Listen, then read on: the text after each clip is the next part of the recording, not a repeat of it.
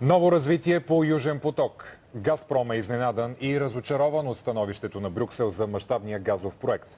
Строителството на тръбата продължава по план. Това стана ясно от официално изявление до медиите на руския енергиен гигант.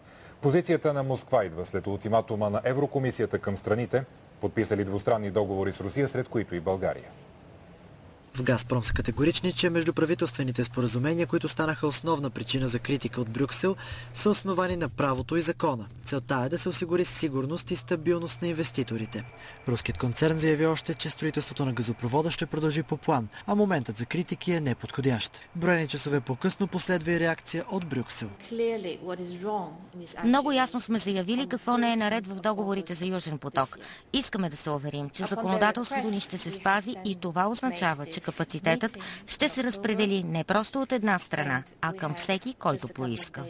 На конференция в Брюксел евродепутатът Слави Бинев заяви, че въпреки противоречивите реакции в Европа, Южен поток носи много позитиви за страната ни.